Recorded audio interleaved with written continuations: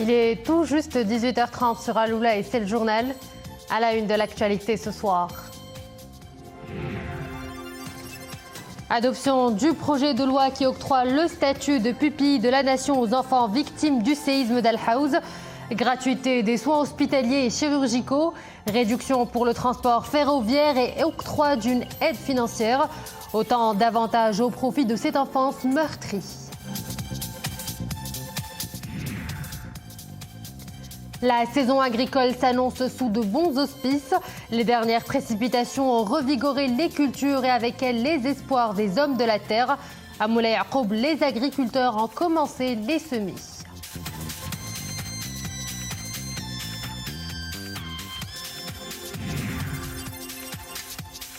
Pour la traditionnelle escale culturelle de ce vendredi, nous vous proposons une immersion au cœur du monde de la faune au travers des photos de Rabi' Bouisfar. Sous l'objectif du photographe, une belle fenêtre s'ouvre à nous, un monde sauvage à découvrir.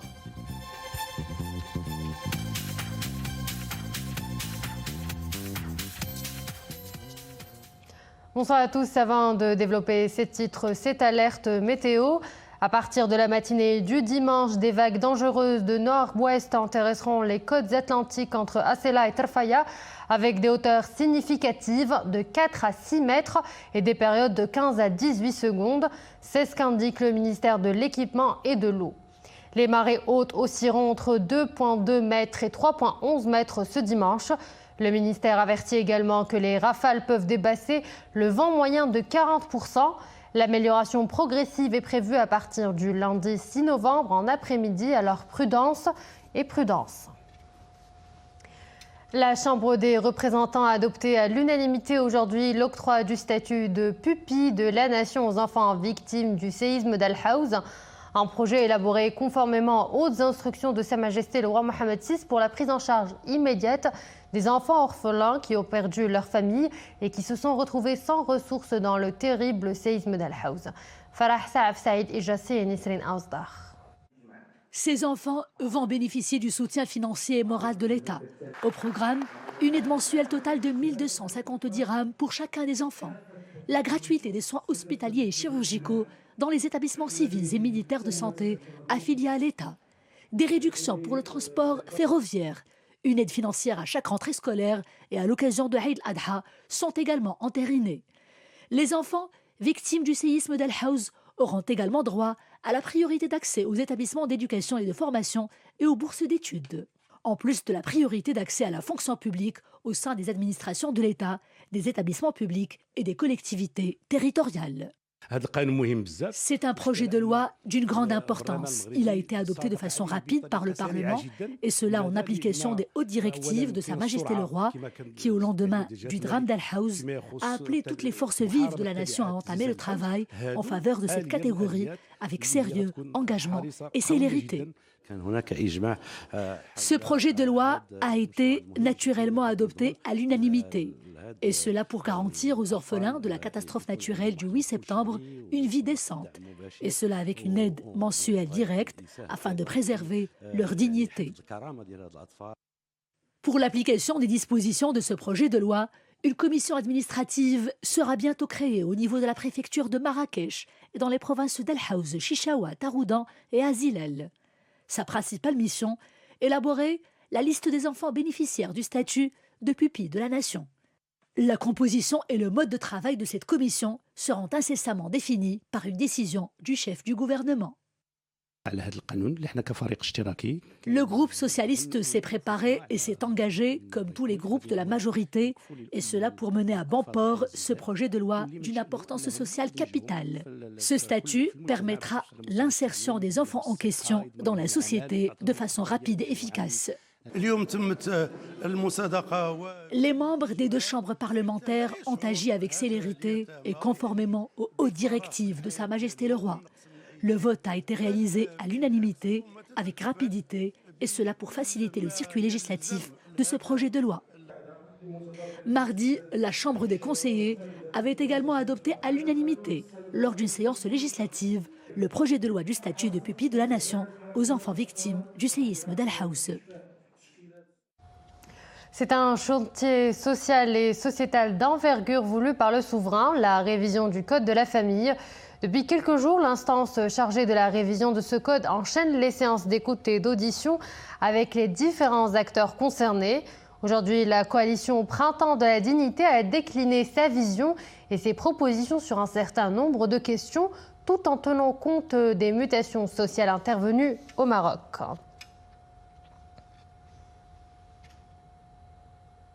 Le temps capricieux se poursuit chez nous. Hier, la pluie a fait son grand retour. 7 mm de pluie relevée à Kénitra, 6 mm à Tanger-Port, 5 mm à Casablanca et Larache, 3 mm à Tétouan, Meknes et Sidi Slimane et moins d'1 mm à Tanger, Stat, Nouassar, Safi, Tantan et Nador.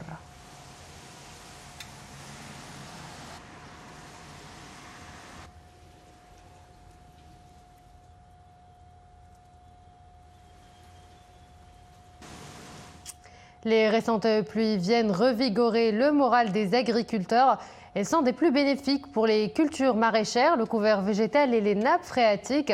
À Moulay Yacoub, la saison des semences est lancée. Cette année, elle se fait d'une nouvelle manière. Les hommes de la terre privilégient le semi-direct, une nouvelle méthode qui promet un gain de temps considérable. Ahmed El-Fadeli et Boubkar Ben Ghabret. Dans la commune rurale de la Jajra, les machines se sont remises en marche. L'heure est au labour et au semis.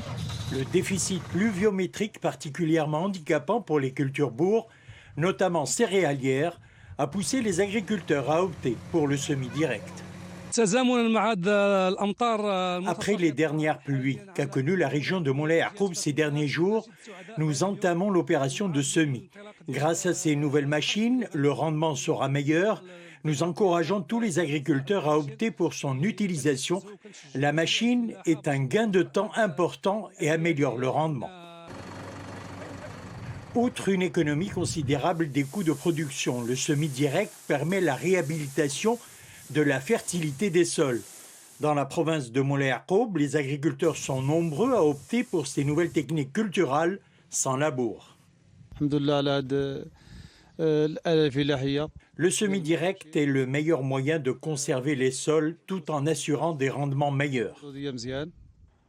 Les dernières pluies ont donné une lueur d'espoir aux agriculteurs. Le retour des pluies contribue ainsi à l'accélération du rythme du travail de la terre, des emblavements et des ventes des intrants agricoles, notamment les engrais de fond. Les dernières précipitations ont encouragé les agriculteurs à se rendre aux différents points de vente des engrais et adopter le semi-direct qui contribue à une meilleure gestion des cultures et des sols pour un meilleur rendement céréalier.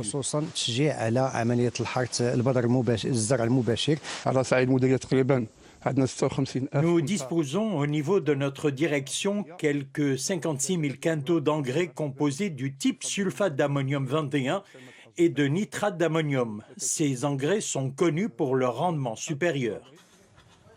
La campagne agricole s'annonce prometteuse dans la région Fès-Meknes. 86 mm de pluie ont été enregistrés ces derniers jours.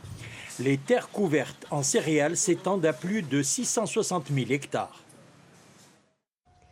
C'est un véritable trésor du terroir marocain, le safran, l'or rouge issu d'une petite plante violette. L'épice est ancrée dans l'histoire de notre riche patrimoine et pour lui rendre hommage, tout un festival lui a été dédié à Boulmen. Les coopératives y présentent leurs produits déclinés en plusieurs facettes. Ahmed El-Fadeli et Zakaria Moukenbillah. C'est grâce aux 3 stigmates rouges de sa fleur pourpre que le safran donne une épice très appréciée en cuisine. Libérant son délicieux parfum, il permet de relever le goût et de sublimer de nombreux aliments. Ici, il est cultivé dans la commune de Sarghena, où cette plante s'adapte aux conditions climatiques de la région et fait le bonheur de nombreuses coopératives. Le safran est un produit naturel. Il a une valeur ajoutée dans le développement de la région grâce à sa qualité. Tous ces facteurs font que le safran de Sarghena a acquis une grande notoriété.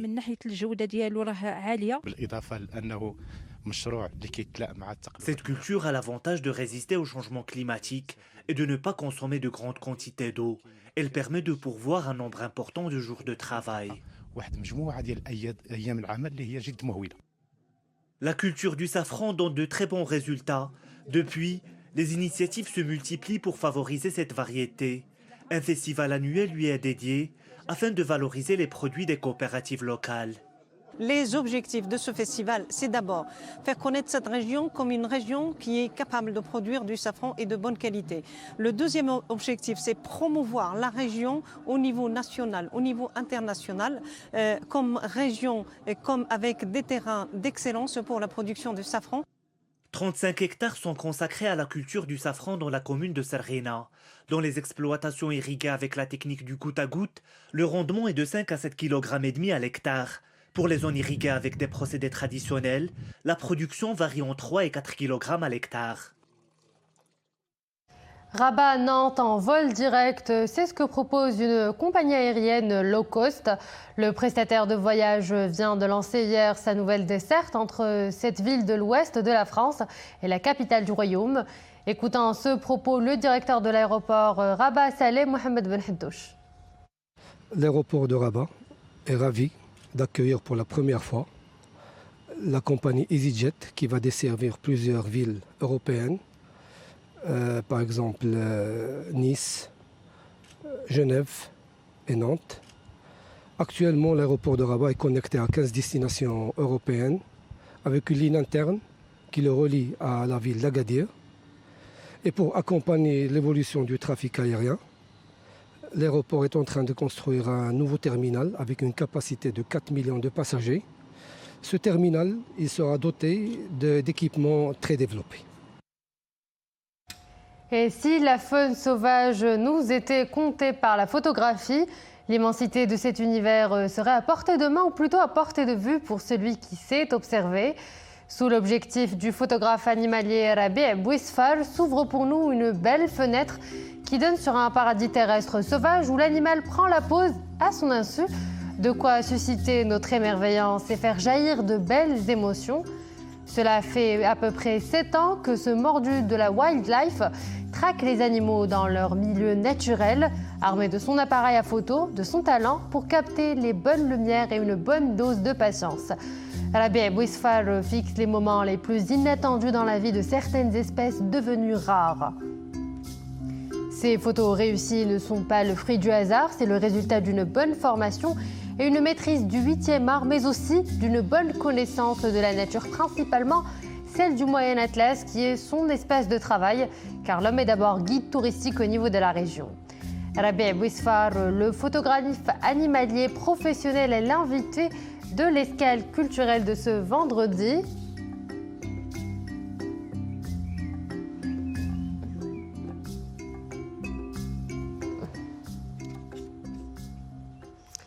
Et nous rejoignons tout de suite Rabi' Bouisfar, qui est l'invité du journal, comme je vous le disais tout à l'heure. Monsieur Rabi', bonsoir.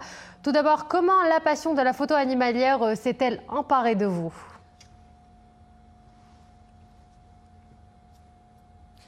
Bonsoir à vous et merci pour l'invitation. Donc, moi, Rabi' Bouisfar, je suis du Moyen Atlas, d'un petit village dans le Moyen Atlas oriental. J'ai commencé la photographie animalière juste par hasard. J'ai jamais pensé à être un photographe animalière, on peut dire professionnel. J'ai acheté une caméra comme ça par hasard pour mes vacances parce que je travaille à Taza dans la ville. Donc, dans les vacances, je partais chez mes parents au village, dans la montagne du Moyen Atlas. Donc, je cherche comme ça des photos pour la famille, tout ça. Mais j'ai découvert la photographie animalière à cause des clichés, comme ça, par hasard, des oiseaux, comme le boulboul du jardin, comme le merle noir dans mon jardin. Et comme ça, j'ai publié les photos sur le Facebook. Et je trouve la réaction excellente par mes amis et tout le monde m'a encouragé de commencer et de continuer dans ce but-là, c'est de faire la photographie animalière. Voilà. Et de quelle manière est-ce que vous arrivez à saisir l'instant décisif en photographie animalière, ce moment magique et furtif qui débouche sur un chef-d'œuvre naturel ?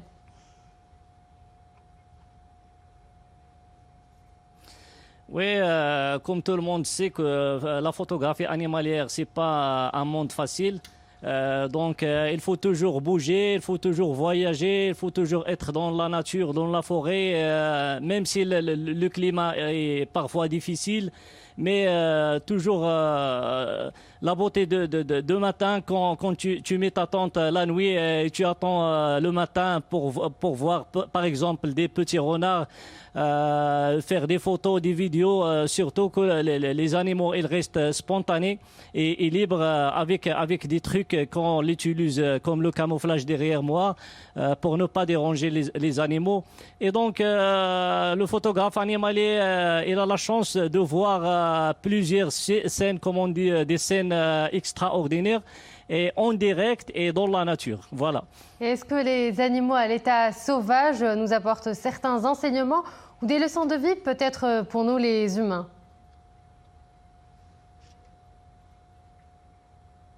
Bah, bien sûr, surtout par exemple quand on parle de la famille, par exemple la famille, la protection de la famille, la protection de nos petits. Par exemple, les renards, ils ont comment on dit, ils ont une attitude de protéger la famille, de garder toujours la famille ensemble. Il y en a beaucoup des histoires et beaucoup de choses qu'on peut exprimer de la nature qui est très important pour les humains. Et vous organisez des stages de photographie animalière pour les touristes étrangers qui se passionnent pour la flore, pour la faune plutôt. Est-ce que quand on les initie à cet art, on transmet aussi la notion de respect de la vie sauvage et de la biodiversité? Ah, bien sûr. Par exemple, à cause de Facebook, je poste des photos comme ça des animaux, parfois des animaux rares, comme le loup doré de l'Afrique, comme le fennec, le renard des sables, les vipères. Donc, plusieurs photographes animaliers de l'étranger, ils aiment venir ici au Maroc et faire des photos. Mais ils ont besoin d'un guide spécialiste dans la photographie animalière. Comme ça, on ne perd pas le temps, on ne perd pas beaucoup de choses. Donc, je fais des stages photo des photographes professionnels très connus dans l'Europe ou bien l'Amérique ou bien tout le monde. Et on prend le chemin directement, sinon dans la forêt ou bien dans le désert, dans tout le Maroc, dans les parcs nationaux, dans tout. Et voilà. Et vous avez aussi participé à de nombreux concours nationaux et internationaux de photographie et vous aviez même décroché des prix. Est-ce qu'à un moment, on arrive à un tel degré de maturité professionnelle où cela devient très important de mesurer son talent et de le confronter à celui des autres? Bah, bien sûr. Donc, malheureusement, au Maroc, il n'y a pas beaucoup de concours photo qui est spécialiste dans l'animalier. Donc, je choisis de participer dans des concours internationaux. Même ils sont pas faciles parce que le niveau de photographe animalier en Europe, il est en haut. Donc, moi, j'essaie toujours d'être parmi les premiers. Et comme ça, je peux montrer ma passion et ma technique et mon talent à tout le monde. J'ai gagné beaucoup de prix ici au Maroc et à l'étranger aussi. Et ça, il m'a encouragé pour faire beaucoup de choses. Et maintenant, je dépasse la photographie. Maintenant, je travaille sur la vidéo. Et je vais participer dans des concours de documentaires des animaux à l'étranger pour m'exprimer, pour montrer la beauté de la vie sauvage au Maroc. Rabih Boussfar, je vous souhaite un très bon courage. Vous êtes photographe animalier et vous étiez l'invité de l'escale culturelle du journal. Merci à vous. Merci. Et voilà, nous arrivons à la fin de cette édition. Merci à vous de l'avoir suivi. Excellente suite des programmes sur Al Oula.